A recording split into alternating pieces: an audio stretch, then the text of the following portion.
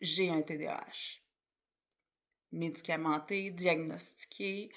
J'ai un TDAH, puis on me pose souvent la question, malgré ton TDAH, comment tu fais pour être hautement fonctionnel? Et la réponse, c'est pas tout le temps. Je me donne le droit de l'être moins d'un fois, puis d'être un peu désorientée ou désorganisée. Je me donne le droit. C'est pas un espace que j'aime trop rester dedans, là. Je veux pas être désorganisée ou désorientée trop longtemps ni trop souvent.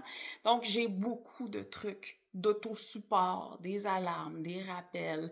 Je bloque mes notifications. Ça fait que je protège ma concentration, je protège ma productivité.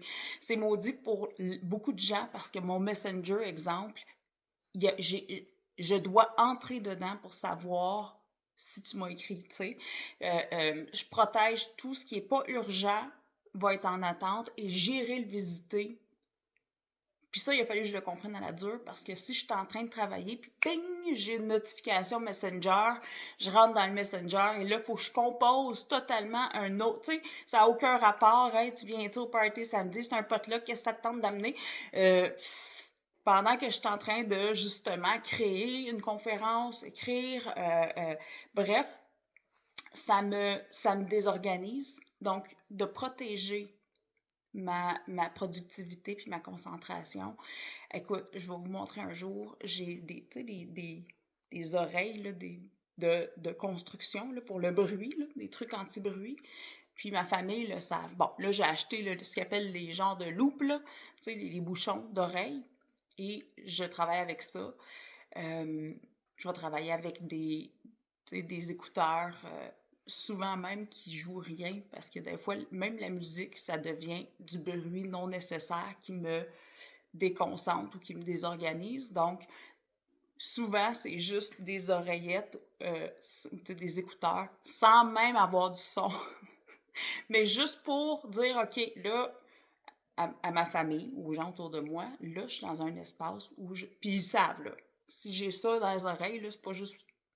C'est dans un moment, tu sais, où est-ce que je dois me concentrer, puis tu sais, je protège ça. Puis il a fallu que j'en parle aussi. Tu sais, là, d'avoir des gens qui, tu sais, à tout bout de champ, s'attendent à ce que tu répondes, surtout si tu travailles à la maison, là.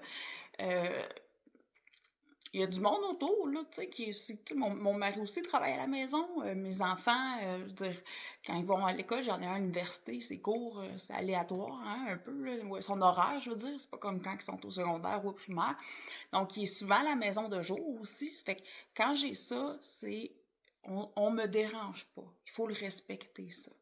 Donc, d'avoir ces discussions-là avec eux, ça aide beaucoup aussi à protéger ma productivité. Et j'aimerais ça qu'on parle bientôt de la procrastination parce que ça, c'est quelque chose, c'est un sujet qui me fascine. Si ça vous tente de savoir c'est quoi mes trucs anti-procrastination, justement, euh, euh, pour être capable de fonctionner, d'être organisé, tu sais, d'avoir le dessus sur notre horaire, ce qu'on a à accomplir. Il a fallu que je travaille beaucoup la procrastination. Ça fait que si vous voulez qu'on en jase, laissez-moi savoir.